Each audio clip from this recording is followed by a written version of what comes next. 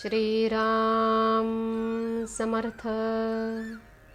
ब्रह्मानंदं परमसुखदं केवलं ज्ञानमूर्तिं द्वन्द्वातीतं गगनसदृशं तत्त्वमस्यादिलक्ष्यम् एकं नित्यं विमलमचलं सर्वधी साक्षिभूतं भावातीतं त्रिगुणरहितं सद्गुरुं तं नमामि. भगवान गुरुदेव, आपल्या चरणकमली आमचे शतशः प्रणाम असो. आम्हा संसारी लोकांच्या आत्मकल्याणासाठी अहोरात्र झटणे हेच आपले जीवनचरित्र होय. आम्ही आपले खरे मानसपुत्र आहोत. आपण भगवंताचे नामधन आमच्यासाठी ठेवले आहे. त्या नामात गोडी उत्पन्न व्हावी आणि आमचे मन नामात रंगून जावे, हीच आमची आपल्या चरणी एकमेव प्रार्थना आहे. जय जय रघुवीर समर्थ. स्वतःला सुधारण्याचा प्रयत्न करावा. वास्तविक काही न करणे, आपण काही करतो आहोत किंवा आपल्याला काही करायचे आहे असे न वाटणे, हाच परमार्थ. देहाने मनाने एकसारखी चळवळ करायची आपल्याला सवय लागली आहे.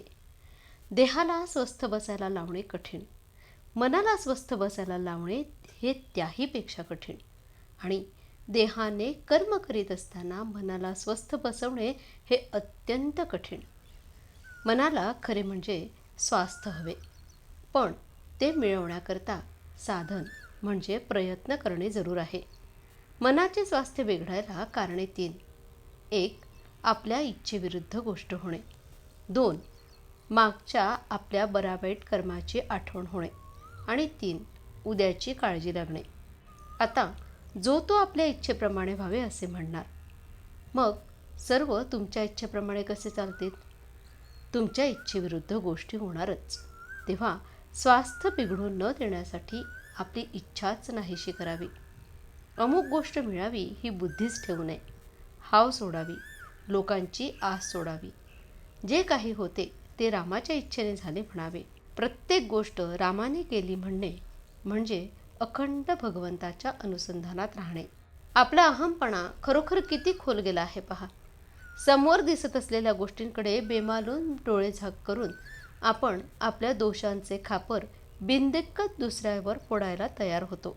अमक्या तमक्याच्या नादाने आमचा मुलगा बिघडला असे आपण म्हणतो, कारण आपलाच मुलगा खराब आहे असे म्हणवत नाही. ते म्हणण्याची लाज वाटते, म्हणून दुसऱ्याच्या मुलाला आपण वाईट म्हणतो.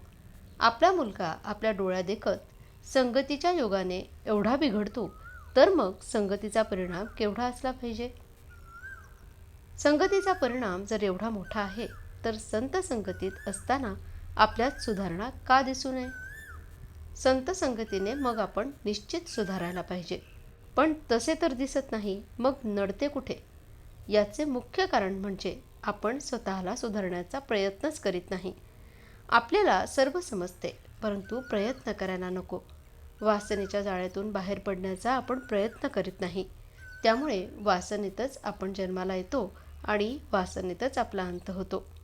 याकरता एकच खात्रीचा उपाय आहे, आणि तो म्हणजे भगवंताला अनन्य भावाने शरण जाणे. रामा, तुझ्या वाचून माझी यातून सुटका नाही. तू ठेवशील त्यात मी आनंद मानीन.